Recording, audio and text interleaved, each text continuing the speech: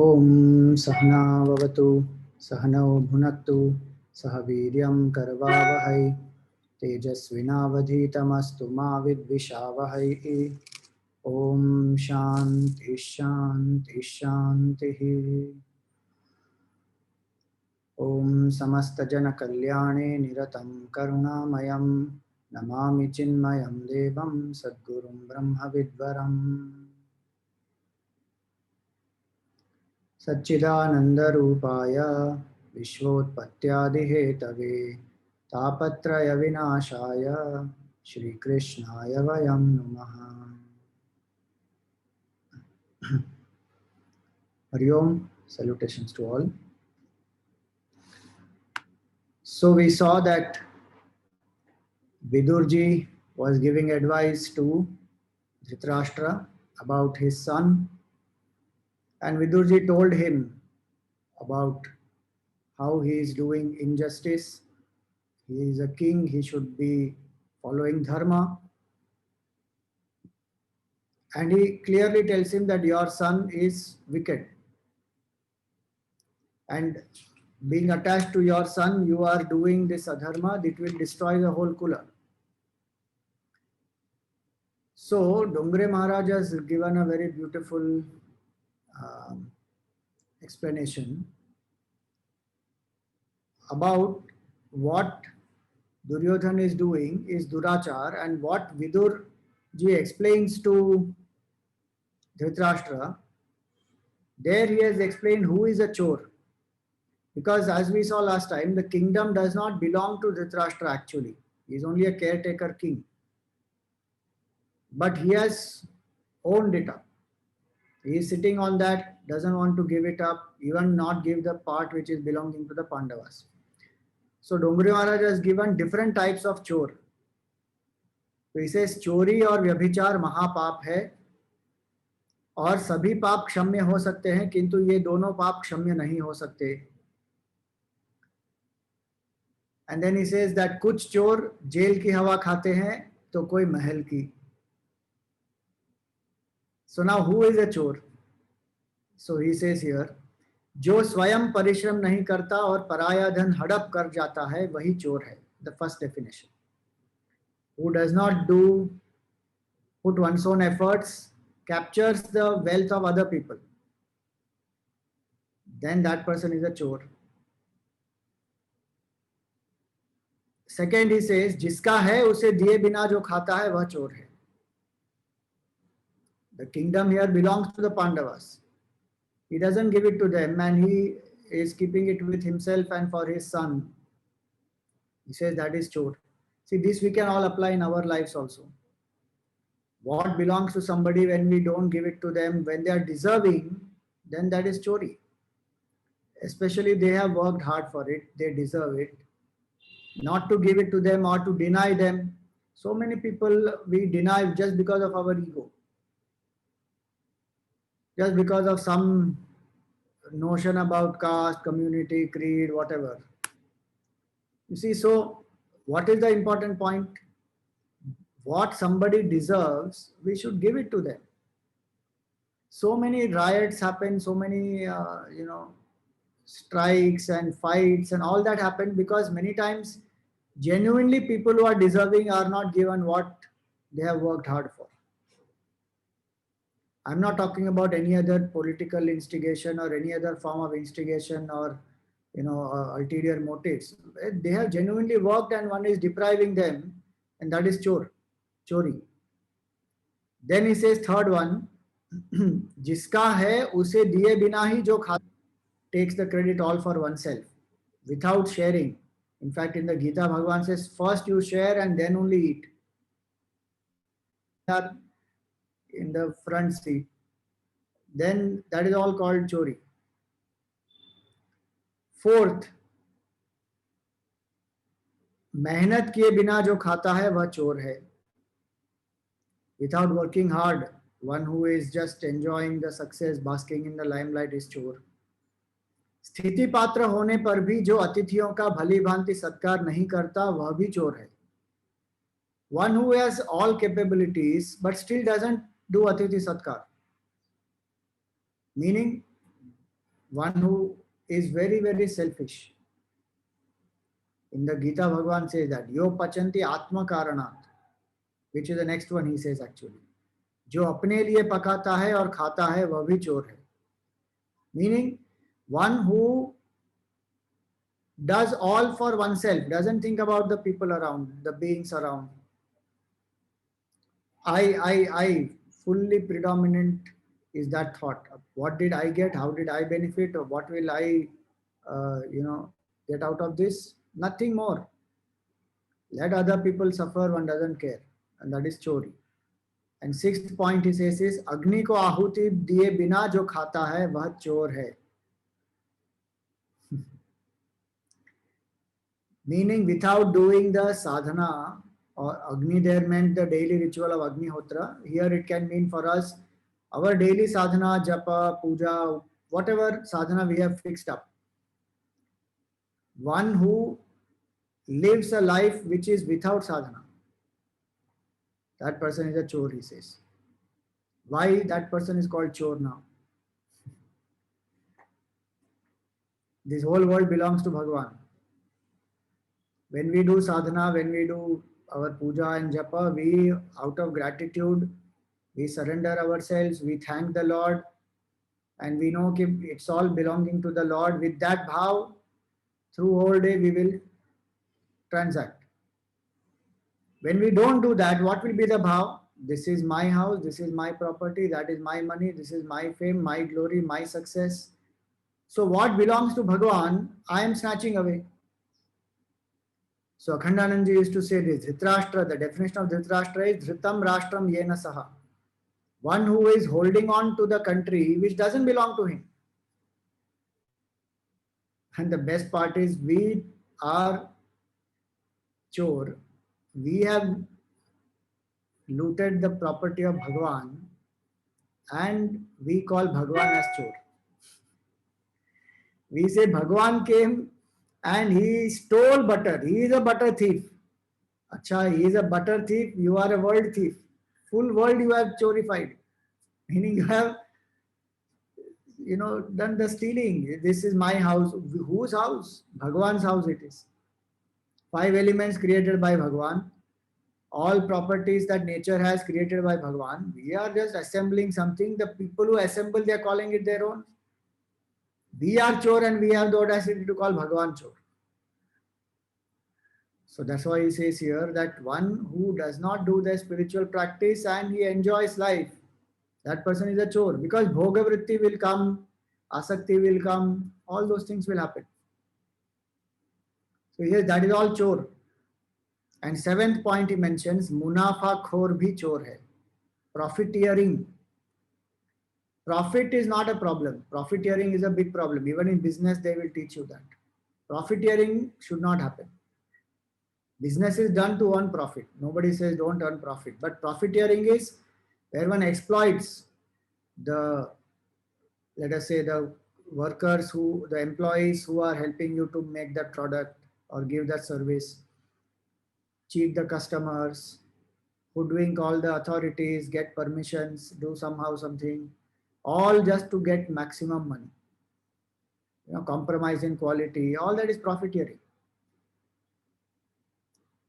Not being, true to one's commitment and word. That if this product is supposed to have this much of durability, it collapses much before that. That is because somewhere compromise in quality has happened. So all that is profiteering. He says that is also chore. So he says these are 7 types of chore. And this Duryodhana he qualifies for all the 7.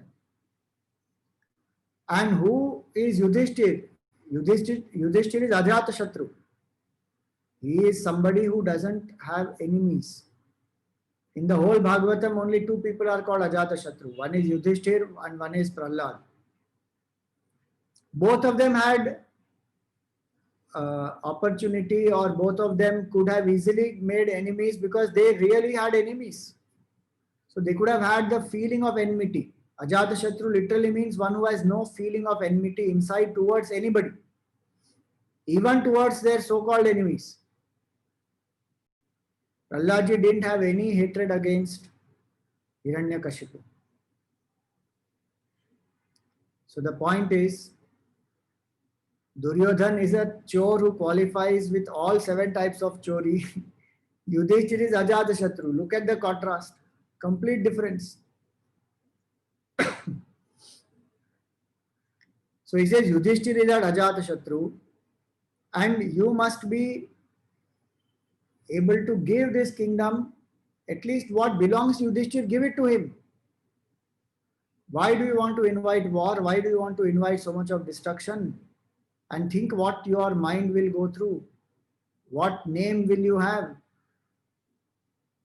But this Dhritarashtra doesn't listen. So a very nice line is said here. Because Dhritarashtra says, as soon as this Duryodhana comes in front of me, all my knowledge goes. What you are saying is right, I understand, I know it, but I get confused. So Dongre Maharaj says here, Paap ka pita hai lobh aur mata hai mamta. Think about that. Pita is lobh. Lobh is born out of asantosh. Not having contentment, discontented. So paap ka pita hai lobh, greed, and mata hai mamta, attachment. Is happening or not? Dhritarashtra is having so much of attachment towards his son, and he is also very greedy. His son also is greedy. Now both of them, they will end up doing papa. What else will they do? So he says, Paap ka pita hai lobh aur mata hai mamta. Now Duryodhana, we saw last time, Duryodhana heard all this and he was very angry. He called Vidurji in the Sabha. See, Dhritarashtra had called Vidurji in his private chamber and asked for advice, and this is what advice he gave. This news reached Duryodhana. Duryodhana called Vidurji in the Sabha and he insulted Vidurji, saying, you are a Dasi Putra. All that we saw last time. In Mahabharata, it is said that when Yaksha was asking questions to Yudhishthira, like a rapid fire, and one line and one word answer Yudhishthira is giving. What is more powerful than the wind? So he says mind. What is the greatest blessing? So he says health. Like that he goes on giving one word answers, and right answers he gives. In that, one question is asked that what is that which will make a person go to hell forever? And there Yudhishthira says that insult. Meaning you call somebody specifically to insult them. That will lead you to hell.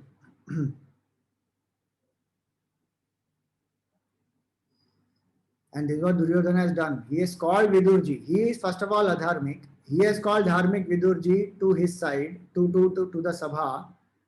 And there he is openly insulted, calling him Dasi Putra, and he who is a well-wisher is now being looked upon as a person who is as though creating disturbance in the family.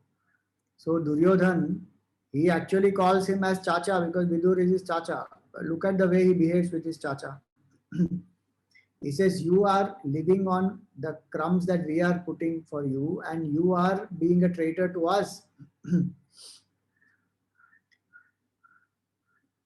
Now think about Vidurji's response. Did Vidurji take it personally? Did he react? Did he get upset? Did he feel let down? Did he feel, disillusioned? Did he feel that I served so many years? This is not the result I got. I have lost faith in dharma. Did he get devastated? Nothing. This is one thing we should always remember. Our nishtha in dharma, our nishtha in Bhagavan, our nishtha in the Shastra, our nishtha in all our sadhanas must be strong. That's why it is called nishtha. Or call it shraddha if you want. Situations of life should not make it shaky. Now I don't believe in God. Why? Because all different problems came in my life and I don't think God exists. So when problems come, God does not exist. Then when things settle down, oh, now God exists. How shaky is that? Proper Shraddha at all. Situations in life can be anything. We feel many times victimized, we feel wronged, we feel that, this should not have happened to me, I don't deserve this at all. And we get dejected, depressed. Here, just imagine in front of everybody, Vidurji is called, not a word of reaction from him. That capability is, see, in his case, he did not react because of his sadhana bal, his sattva guna, as well as he knows that he has tried his best. Now nothing is going to work here. Best is to leave from here. Sometimes if we have to give back, we have to give back without getting disturbed from inside. Objectively, what we have to give back, we give back. So the point is not always to just keep taking what people are throwing at us. If it is my duty, I have to retaliate, I have to retaliate. Like Arjun had to retaliate. He is a Rajoguni and he is a Kshatriya Swabha. Vidurji is Sattva Gun Pradhan and he doesn't need to retaliate. In his capacity as a minister, he has given the right advice, so he has done what he needs to do. Arjun had not done what he had to do. So depending on the roles, depending on our temperament, depending on various such factors, we have to know when to just ignore or bear with it and when to retaliate. So he doesn't retaliate. That capability to not retaliate and not even affect him. See, many times what happens, we get affected. We may not retaliate outside because we say, no, I am a sadhak, I should not retaliate. But inside I am getting disturbed, it is affecting me. So definitely it is better than retaliating out of the agitation within. Now I should also know how to let go of that agitation within. That is where detachment comes into play, tapasya comes into play, compassion, forgiveness, surrender, many of those come into play. Vidurji had all those. 12 years he has lived outside the palace in that humble hut there and he has eaten sattvic food alone. Like we saw, no bhaji, he just lives on bhaji. Food that we eat has such a big impact on the mind. Sahanshilta increases when sattva guna increases. Sattva guna increases when one of the factors to increase sattva is food. We cannot expect the mind to be sattvic, eating all types of rajasic food all the time. Now and then, sometimes one manages to eat is okay, but if I am a seeker of the truth, then sattvic food has to be eaten. What will quieten the mind, what will be healthy for the body, and which will increase our sattva guna. Those things have to be eaten. So, Vidurji has done all that tapasya.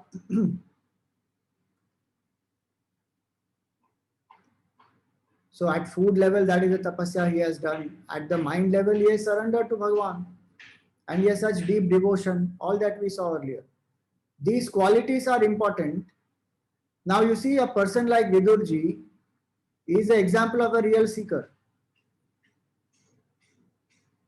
Circumstances can be anything outside. He doesn't allow them to affect him at all. And he learns to adapt, he learns to change, and he does not compromise in his seeking. These are qualities of a seeker. So when he understood that this Dhritarashtra, Duryodhana, all of them are not going to change, he understood that 12 years back. He left them and he started staying in the humble, simple cottage there.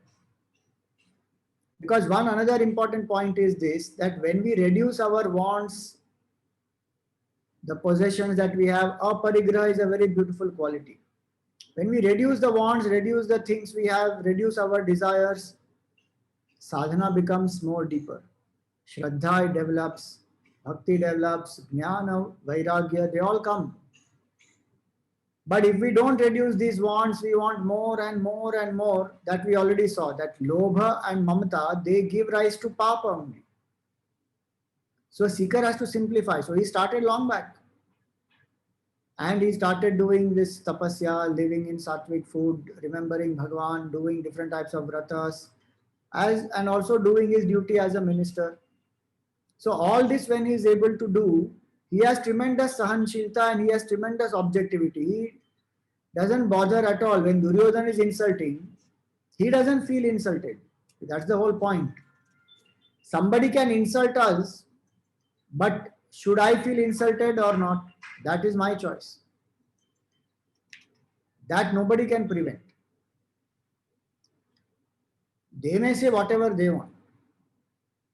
If I don't take it to heart, I will not feel insulted. If I don't feel insulted, reaction will not happen.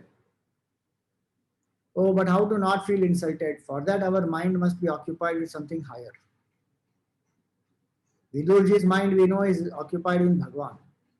So the moment they tell him, they insult him, he leaves them. That is where we had stopped last time. He leaves them, he hands over the sword, he just goes happily, he goes, feeling very relieved. So one very nice line Dongre Maharaj has written here is,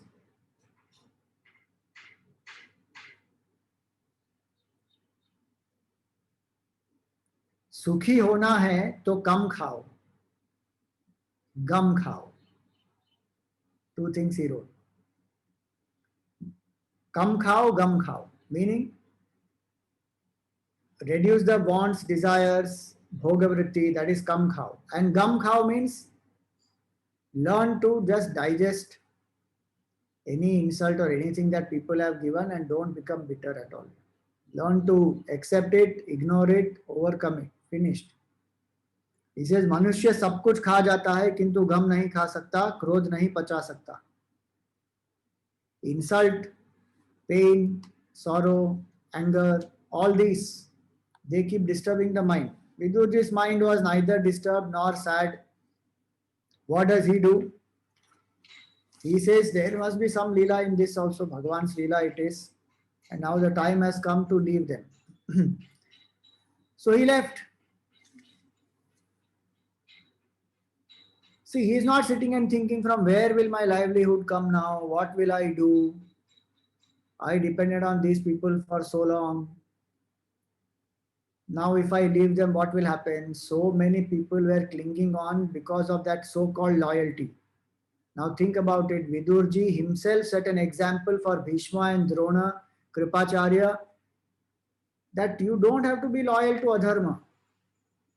How many opportunities Bhishma, Drona and Kripacharya got? If you just think about it, it is stunning. For them to make a choice to come on the side of dharma. Krishna Bhagavan himself went as a Shanti Dut to prevent the war. Okay, war did not happen. He couldn't prevent the war. He went individually. So he went in the Sabha, there they said no. Then he went individually to Bhishma, to Drona, to Karna also. So Bhagwan himself has gone once. Vidurji, he also has set an example for them by leaving them, saying, bye-bye, I am going. You may say, but he was only a minister and these people are warriors. Principle is same or not? Somebody who is doing adharma, I don't want to be with them. And Vidurji has set that example 12 years ago when he left the palace and he went and is staying in the humble hutment.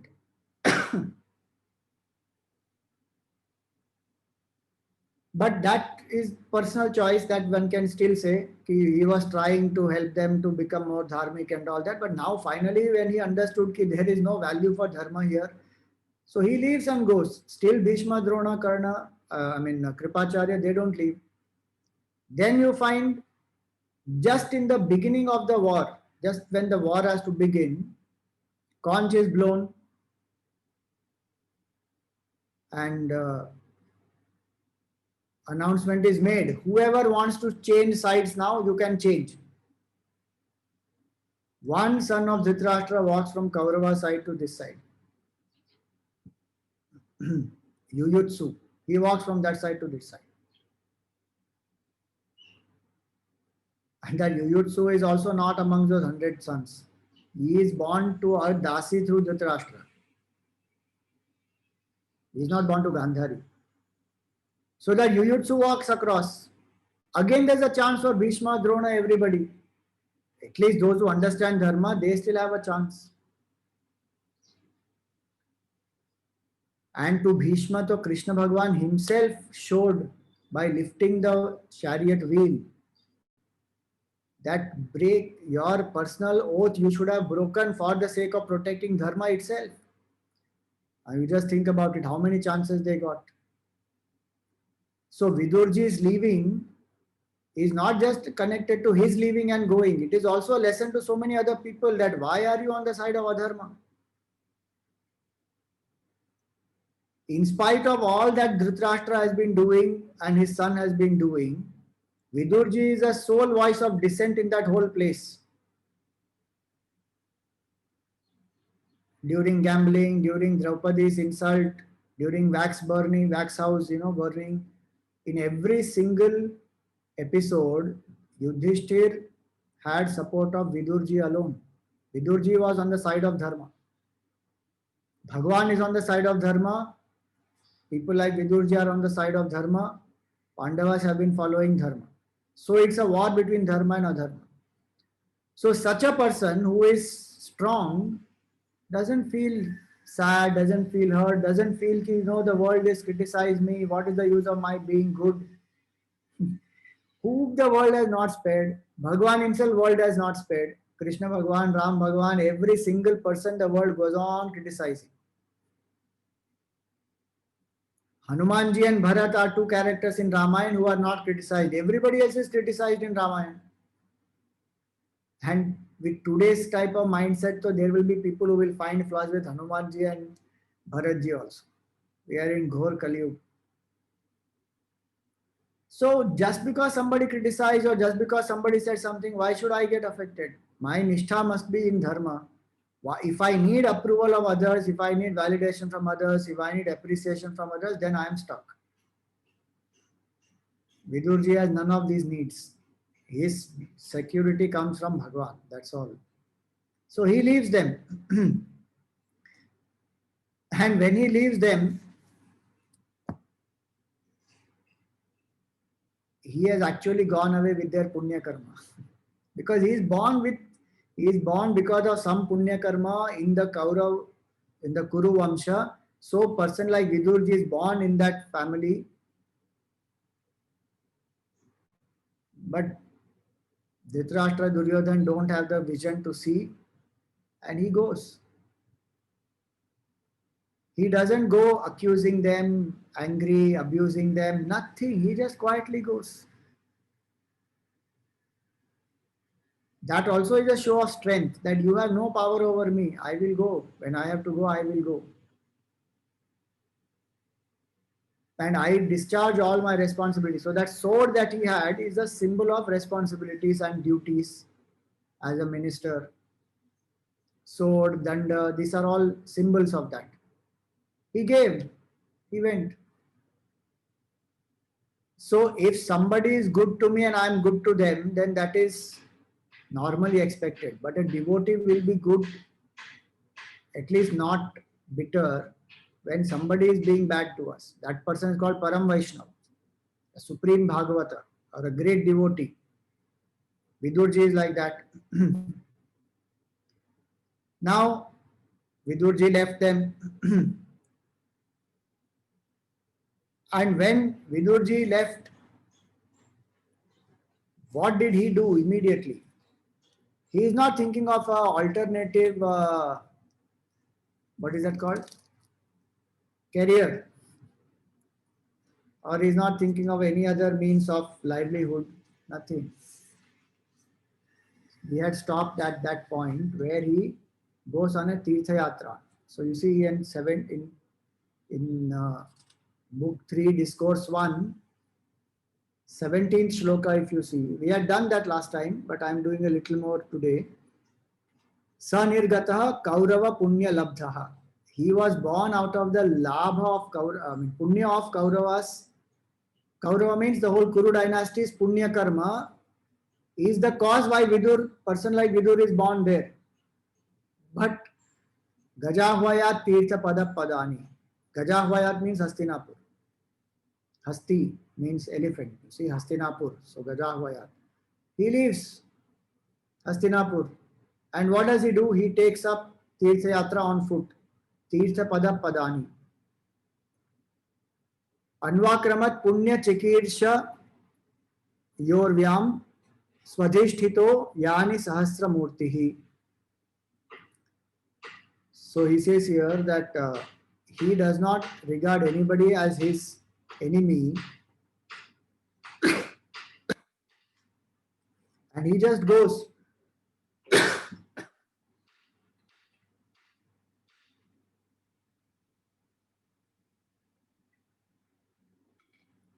He doesn't think that Dhritarashtra, Duryodhana, these are all my enemies. With a clean, pure heart, he just goes. And what did he do? Anukramat. He started walking Punya Chikirsha to all those sacred places. Swadhishtito Yani Sahasramurtihi, where Bhagwan Sahasramurti, the Supreme Lord, is worshipped in all these different Tirtha stans where Bhagwan is worshipped. He goes to do the Teerth Yatra. The fallback always for the devotee is Bhagwan alone. I should ask myself, who is my fallback? I'm not saying don't have any other fallback in the world. There may be some social support system, some people whom you trust and with whom you can share. Those things are having its own relevance and place. But really speaking, our fallback should be Bhagwan mainly. Apart from that, then we want to have some sharing with some others, that's a different matter. But not having Bhagwan as the fallback, one should think about that. A seeker will fall back on the Lord alone. So he goes to Teerth Yatra and he has understood one thing very clearly: the goal of life is Bhagwan. My duty here is done. Age is also right. He goes. And we saw in the beginning of Bhagavatam also, no, that when he comes back and all that, and then he only advises Dhritarashtra about old age and he only helps Dhritarashtra to go to Vanaprastha. So think about Vidurji's life, such an exalted life it is. When he comes back, he does not have grudge against Dhritarashtra that you did not listen to what I said, you allowed your son to insult me publicly and you did not stand up for me. Go to hell, I don't care for you. He came back also after Teerth Yatra, everything. And then he was asking, you will find, he was asking, because 36 years he did Teerth Yatra. In the meanwhile, the war and all has finished, happened. Yudhishthira is ruling the whole place and all that, and that time he comes back.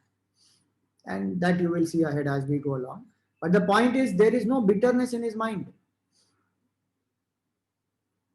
One may say that, sometimes there is a bitterness in one's heart, so one wants to do Teerth Yatra to purify oneself. He doesn't have bitterness, but he went because takes it as an opportunity to remember Bhagwan, relieved from the work of the kingdom and all that. So he goes. Now this 18th and 19th verse are very beautiful to understand how to take up a Teerth Yatra. Last time I had just done basic meaning. But how to do Teerth Yatra, these two are very, very nice. 18th and 19th. So he says, Pureshu punyo pavanadri kunje.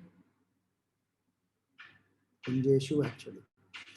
Pureshu punyo pavanadri kunjeshu apankato yeshu sarit sarasu anantalingai samalankriteshu chachara tirthayataneshvananyaha. So, how should one do Tirth Yatra? First point here he says is unaccompanied by anyone else. He didn't take along the whole retinue with him or the whole family, relatives, everybody. No. Sulabha Devi, he must have told her and he went. Sulabha Devi is still in her house only. Why did she not accompany him? Maybe Vidurji wants to do it all alone. Then the mind will remain only on Bhagwan, and also the way in which he is doing Tirth Yatra, it will be difficult to do it with the wife there. You will see how one. I'm not saying wife should not come ever. In this case, he must have made a choice. Ki I want to go alone. Which is unaccompanied by anyone else. He goes.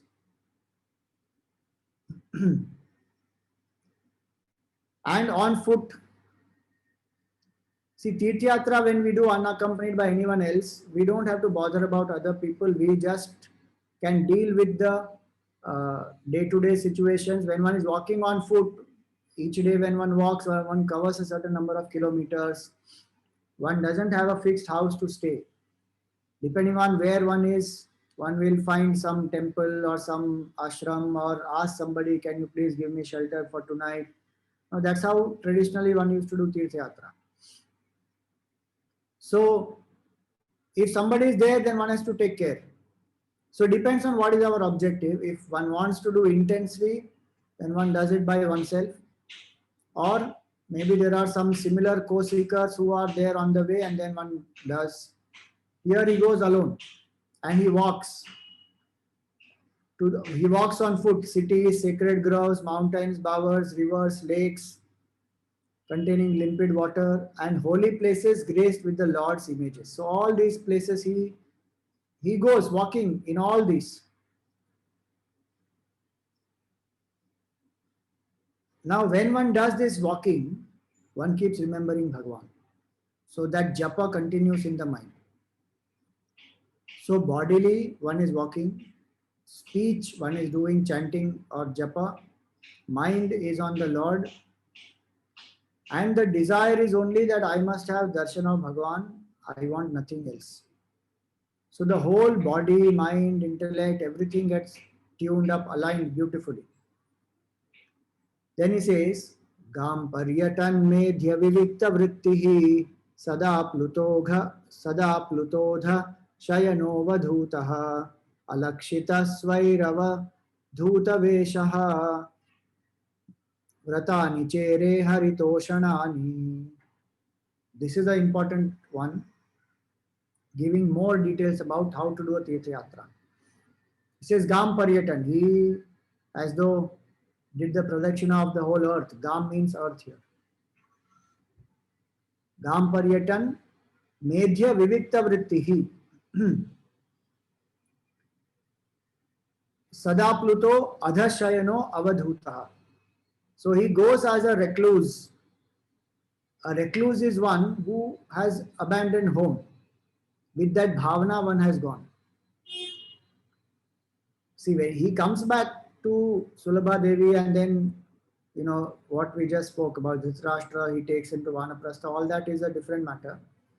But the bhavana, what the bhavana is of a recluse. One has abandoned comforts, attachments, expectations, and this specific duties, work, etc. towards people, all that one has left. Why? Only thinking of Bhagavan. So in the garb of a recluse also, and with the attitude of a recluse also. So the clothes also that one wears. So one has abandoned all those royal clothes, taken up simple clothes, like how Bhagavan went to forest, 14 years, Ram Bhagavan. Same way, take up basic clothes of a mendicant or of a recluse, and he goes. Gam Paryatan Medhya Vivikta Vrittihi Sada Pluto Adhashayano, and he sleeps on the ground, sleeps on the floor, meaning again no comfort. And see, if you try it, if you want to try it, try it. If you have health issues, don't try. Don't tell me later, Swamiji, last 1 week I slept on the ground, I had terrible pain now, knee pain, back pain, everything. So you take care of your health and do what has to be done. But I'm just saying, the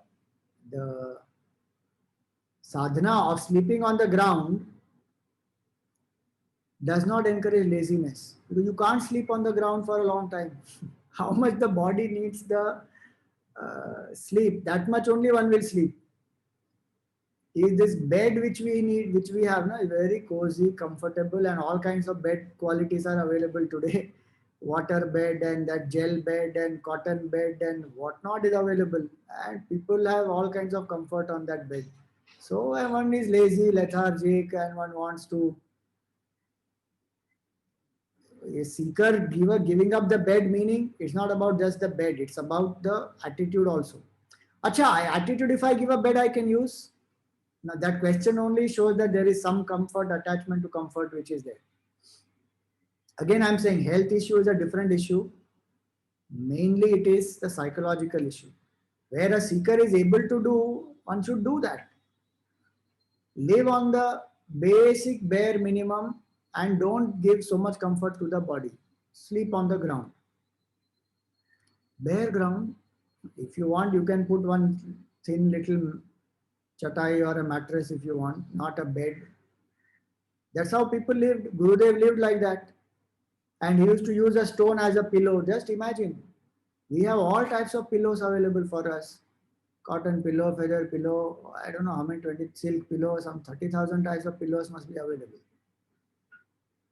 So one wants to enjoy those things are fine, use them. But when one wants to do sadhana, then sleep is one big enemy. How much time it takes away? 1/3 of human life goes away in sleep only. If you sleep 8 hours a day minimum, then 1/3 of life to anyway is gone. There are some people to sleep more also. Now just think about it. When we are children, so we are not 12 hours, 14 hours, 16 hours we sleep. The body also needs it and memory reorganized, all that. But nature compensates, okay? In old age, sleep doesn't come. How much extra we slept in the childhood that we are not able to sleep in old age. So nature is giving opportunity to do sadhana. The in-between youth is what, at that time one is going on sleeping. That is the time when maximum strength is there in the body. What do I use that body for? For doing sadhana, for doing seva, or for just sleeping and take basic rest? Who is saying no? Oh, Swami, the definition of basic varies. That's up to you. Whatever you need, you take. But basic point is tamo guna and this uh, comfort, laziness, lethargy, that one has to avoid. And Teerth Yatra, first thing one is asking, if whenever we organize any tour, first thing people ask is, which hotel are we going to stay? Is it a 4-star hotel? Is it having attached bathroom? How many people per room? Wonderful. Next time I take a teacher, I will say, I'm going to sleep on the ground. You want to come? Come. Tata, bye bye. If you don't want to come, stay at home. Then my Teerth Yatra will happen like Vidurji, unaccompanied by anyone else. Nobody will come. Why? If I say we will walk, it will be on foot, number one. We will sleep wherever required, wherever possible. Food, Diksha comes, we will eat, or we have to beg for it. Who will come? Nobody will come. But that's the way to do Teerth Yatra. See, Vidurji is doing that. He is sleeping on the ground.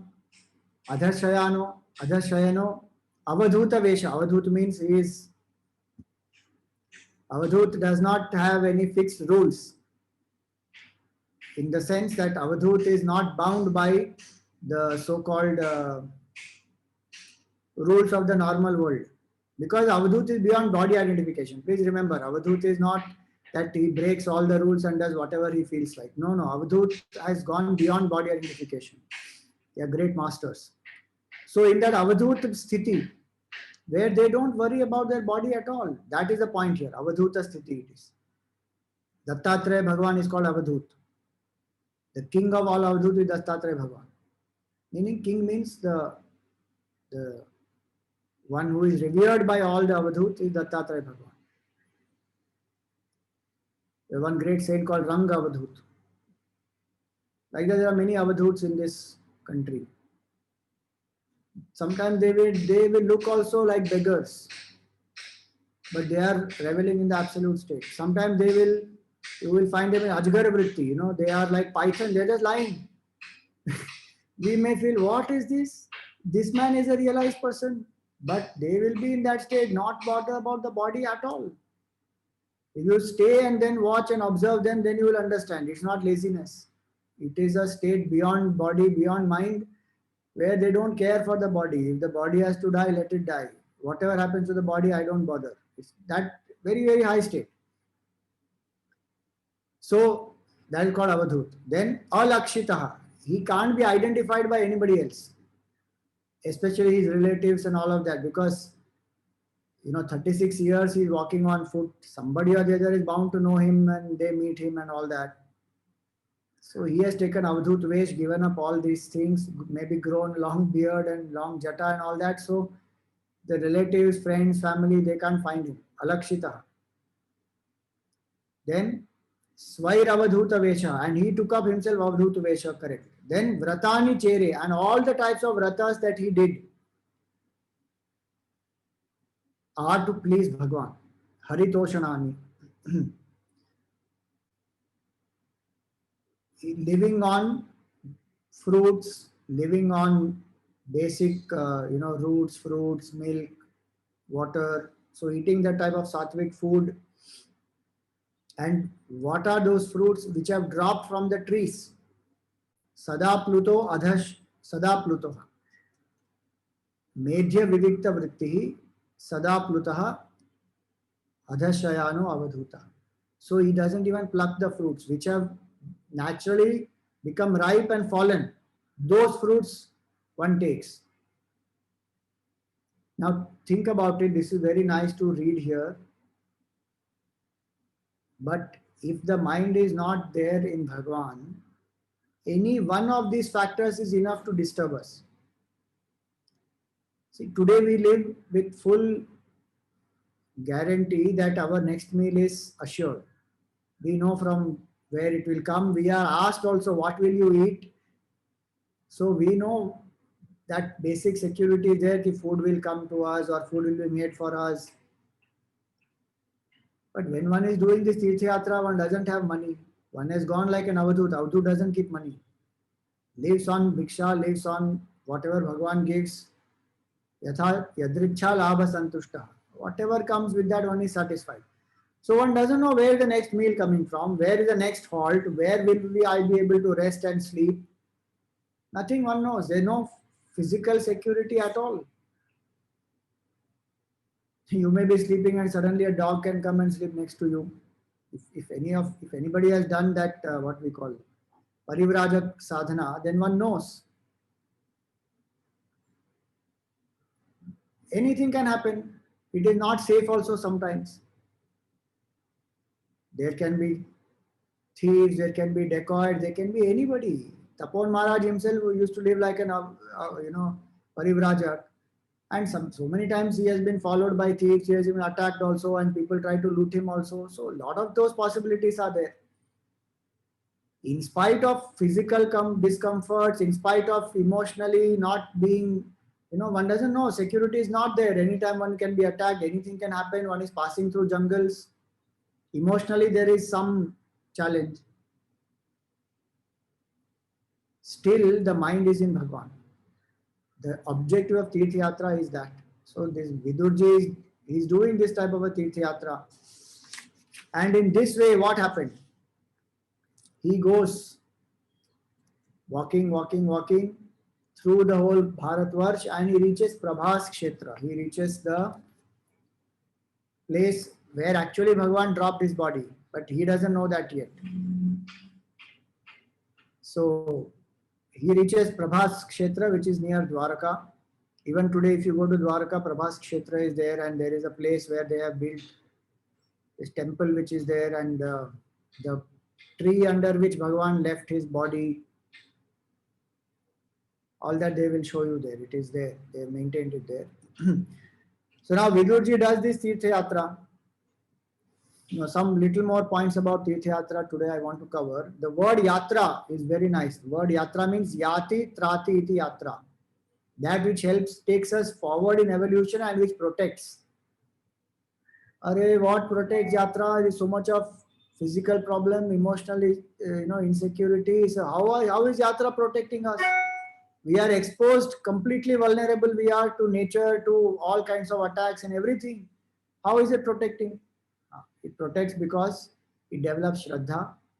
It helps us to understand the uh, bhavana, that when Bhagavan says that yoga kshemam vahamyaham, he literally does that yoga kshemam vahamyaham.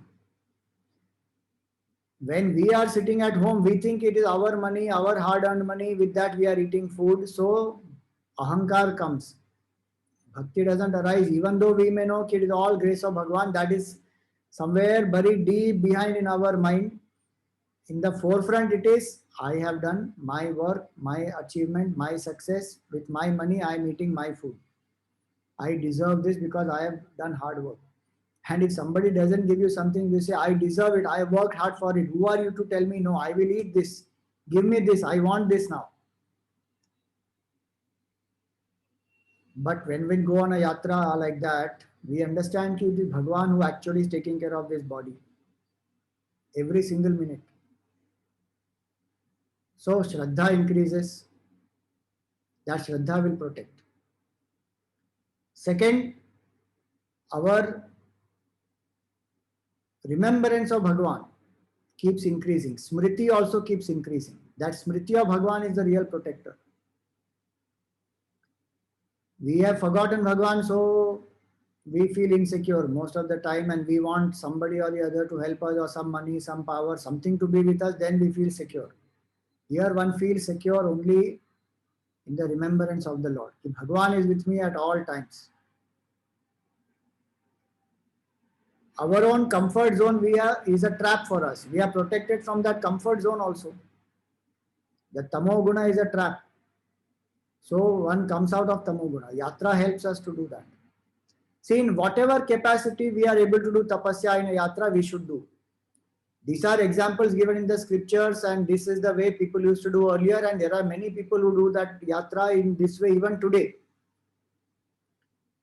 Depending on each one of us, our circumstances, our capability, our physical, emotional constitution, we have to decide. But the concept is very beautiful, because when we go for a Teerth Yatra, this should be our bhav. That yatra is that which protects. Yati trati iti yatra. All that which is hurt, all that which is enjoyment oriented, that bhoga vritti, yatra protects us from bhoga vritti. Because when one does a yatra, there is certain process one follows, that one takes a sankalpa first, that I will do this yatra. That sankalpa is most important. Any yatra it can be. Chardham Yatra, Kailash Yatra, whatever yatra one takes up. First it begins with a sankalpa, and one formally takes a sankalpa and makes a strong resolve that I must do this yatra. That is the meaning of sankalpa, one. Two, sankalpa also means one decides for oneself what one wants out of the yatra. So in the sankalpa, in the puja also we pray, this is what I want. So by this yatra, what am I wanting? That should become clear. Some people do yatra for their evolution, some people do to strengthen a certain quality, some people do to develop bhakti, some people do so that somebody, it is meant for somebody else. May that person's health be good, or may that person become prosperous, or please save the life of this person. There are various objectives behind a yatra. So sankalpa has to be taken, and that sankalpa is taken so that till that is not fulfilled, I will not give up. So before a yatra starts, one should take a sankalpa. That is one. Make the objective very clear. That is two. Three, also fix up rules. Because if you know, okay, this is a 14-day trip or a 28-day trip or a 40-day trip or whatever it is, fix the rules. In the yatra, some basic rules are what, I will follow brahmacharya. That's the first rule of a yatra. Why? Because my mind should revel in Brahman. That's the objective. If it goes on reveling in bhoga vritti, then what yatra am I doing? If I'm just going to have darshan of Bhagavan and then interested more in eating the local cuisine there and taking photographs, putting it on the social media and posing in front of nature and all kinds of things, Apart from doing sadhana, finding out who are the sadhu purushas, who are the mahatmas there, what kind of sadhana did we do, how much did our mind remember Bhagwan. Instead of doing all that, I am going and doing all other. Then I am not a sadhak, I am a tourist. I am not a Teerth Yatri. So, bhoga vritti has to go. So, brahmacharya is one most important aspect, and it can be followed by everybody. Brahmacharya doesn't mean only ashram first 25 years of life. Even a grahasti can follow brahmacharya. All people can follow. So, first is brahmacharya, that has to be followed. Then, second is no gossiping, backbiting, worthless talk. Use that to do satsang.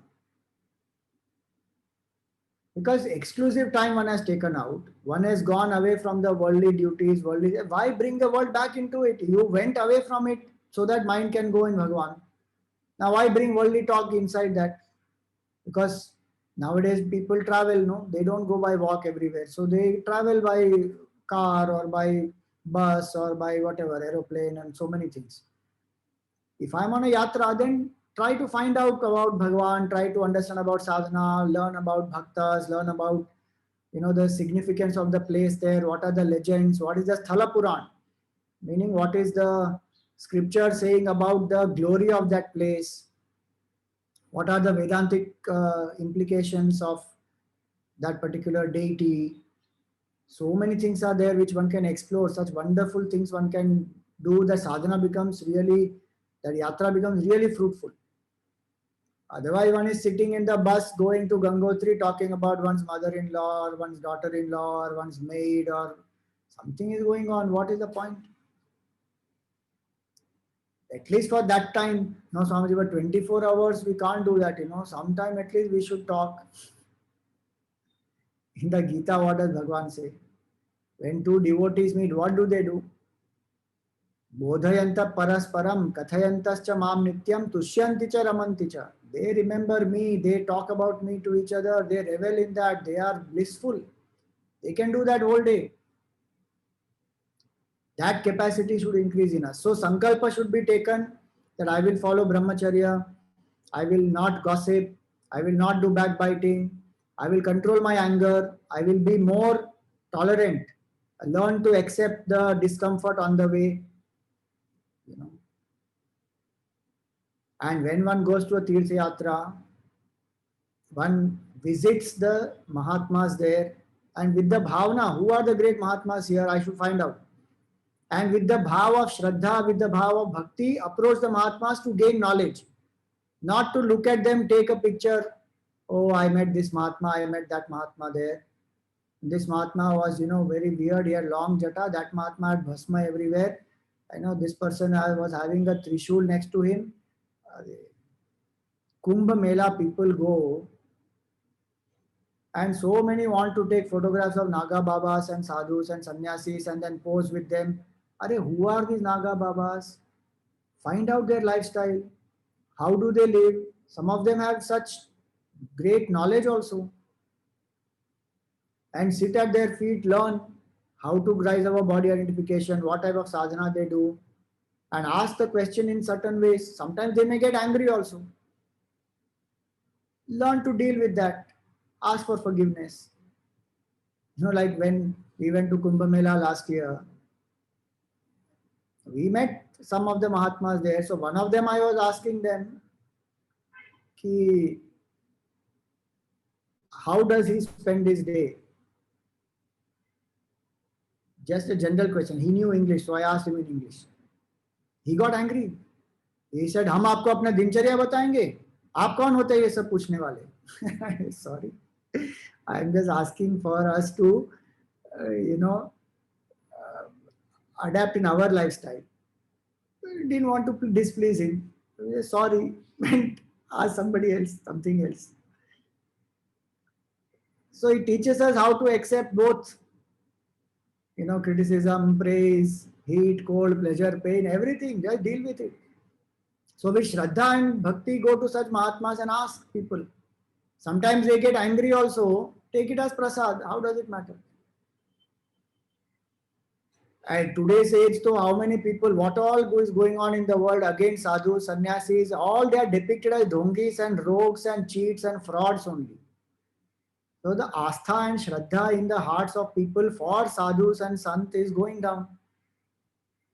Why? Because only this is getting projected and they don't explore. There are so many Mahatmas even today who are there. When you go to Kumbh Mela, you find them. How many are there? And such deep satsang is also going on. First time I went to Kumbh Mela, last year only I went. I didn't take the group and go. First, my yatra happened alone. I went on my own. Because once you are with the group, then you have to follow this whole schedule and timing and everybody's food and water and this and that. We do it as a sadhana and seva, but first time I said I am going alone. I went, explored so many places, different Mahatmas, found out what is where, everything, took a dip in Gangaji, sat there, meditated, lot of things, Trivedi Sangam. So one does Teerth Yatra on one's own. And literally it was walking. In that place, so huge, Kumbh Mela ground was so huge. Some 40-50 kilometers it is spread across. Going everywhere, walking, find out everything. It was amazing. Teerth Yatra is very inspiring actually.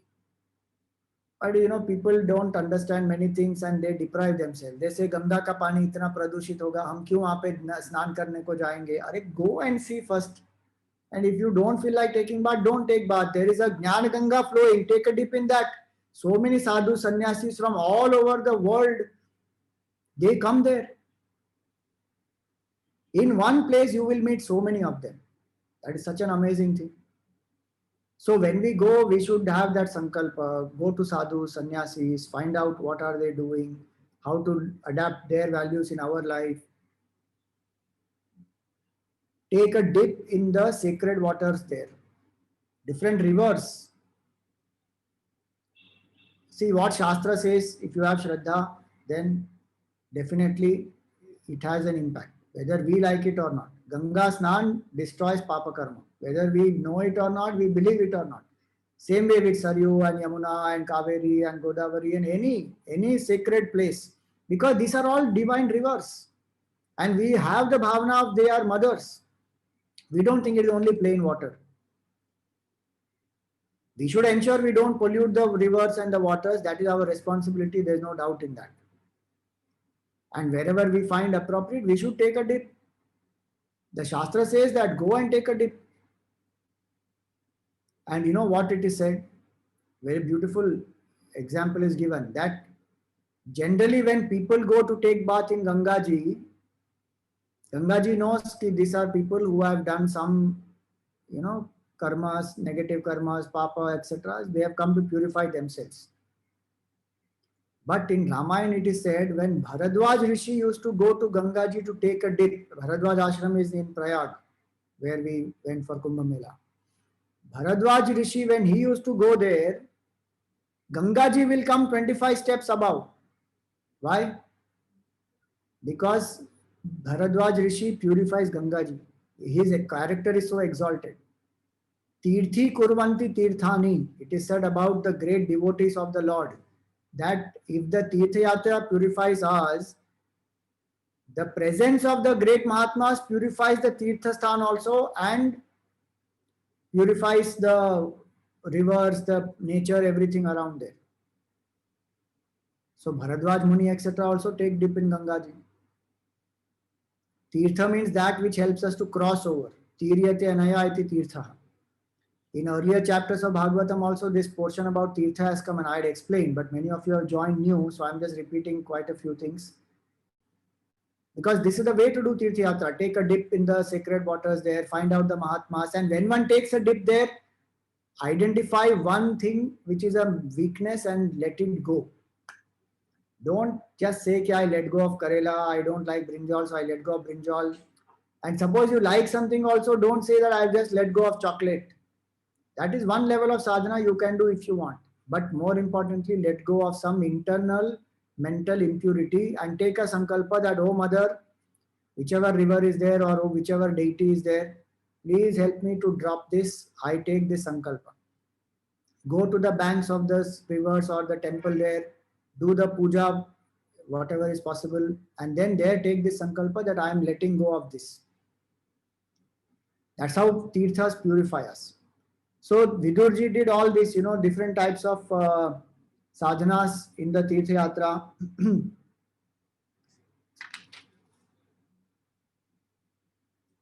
And one specific thing that is to be done when one goes to Teerth Yatra is that the day when you go for the darshan of the deity, do upvas. Because the prana shakti goes upwards when we do upvas. The benefit of the darshan is maximum when we do with upvas. Again, I am saying if you have health issues, don't worry. But if you are able to do, then do it. At least do upvas till the darshan is not over. Till the sadhana, etc. is not over. Till that much time, do upvas. Sometimes people do upvas right from the time they begin till they have darshan. Depends on each one's sadhana and each one's bhav.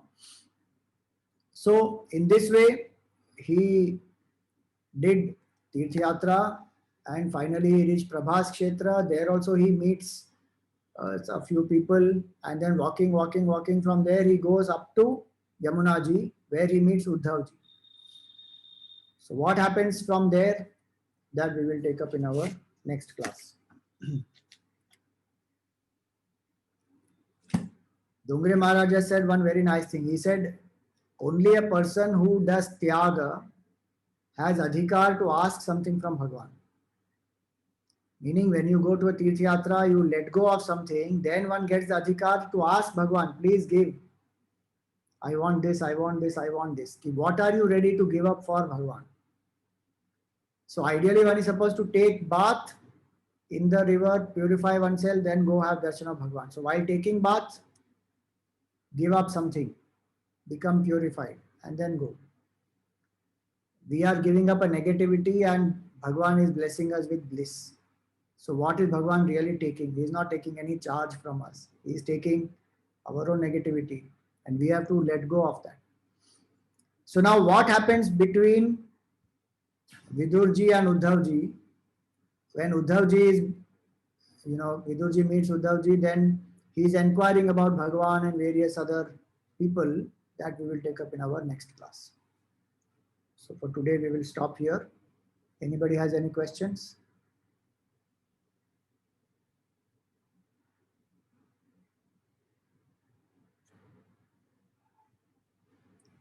All right, so we will do the Arati.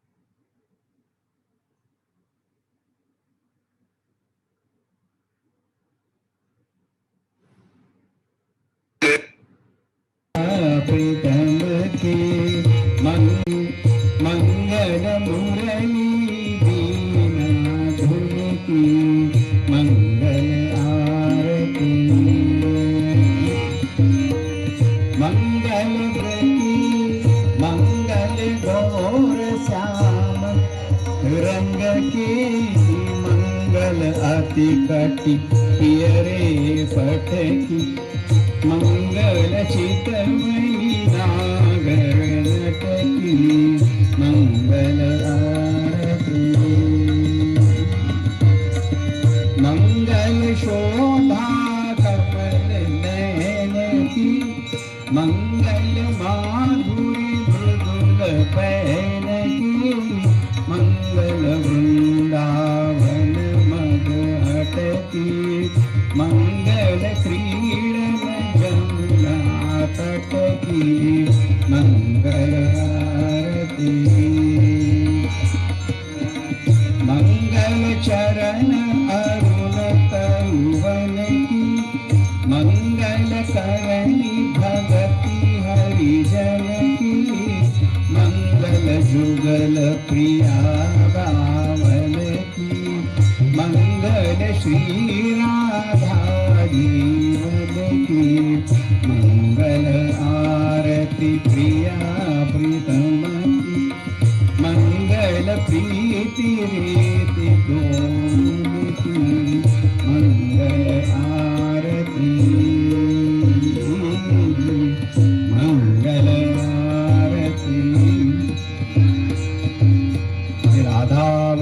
Chandra Bhagavan ki jai. Om na tatra suryo bhati na chandra tarakam nema vidyuto bhanti kuto yam agni tamev bhantamanubhati sarvam tasya bhasa sarvamidam vibhati. He Sadgurunath Maharaj ki.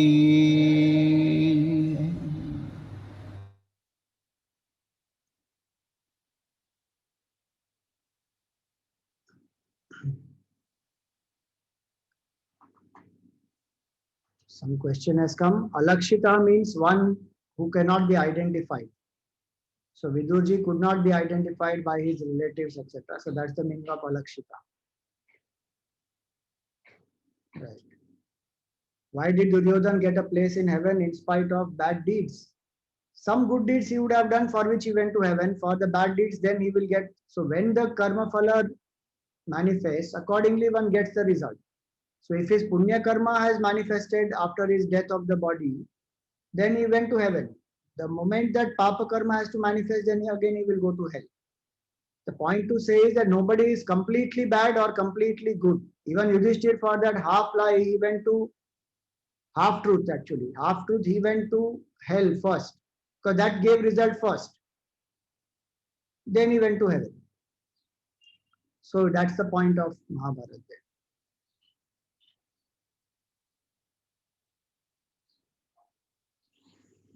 Okay. Right. Neelam J said unmute. You have to raise your hand, then I will know whether you want to mute or unmute.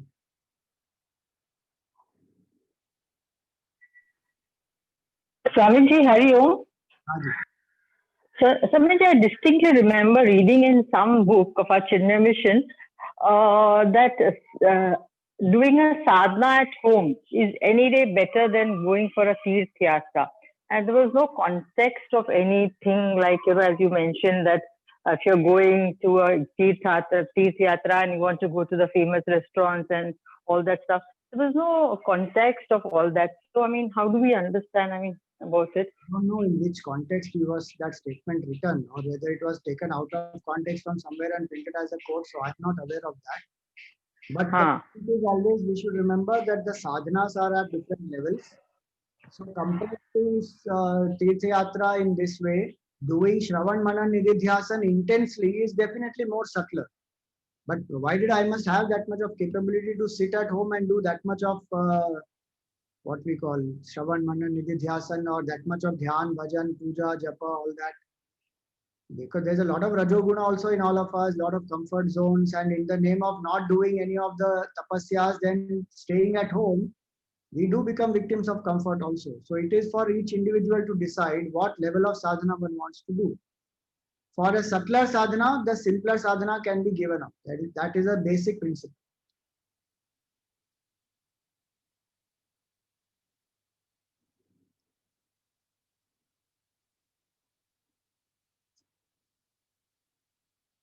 Yes, Neetaji. You have to unmute and ask.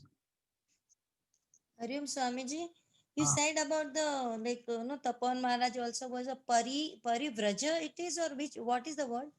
Parivrajak. Vrajak. Parivrajak. Okay. Vrajati means to walk. Parivrajati means who walks all over. Okay. Who does the Teerth Yatra. Yeah. Okay. Om Purnamada Purnamidam Purnat Purnamudachyate Purnasya Purnamadaya Purnameva Vashishyate. Om Shanti Shanti Shanti. Harihi Om Shri Gurubhyo Namaha. Harihi Om.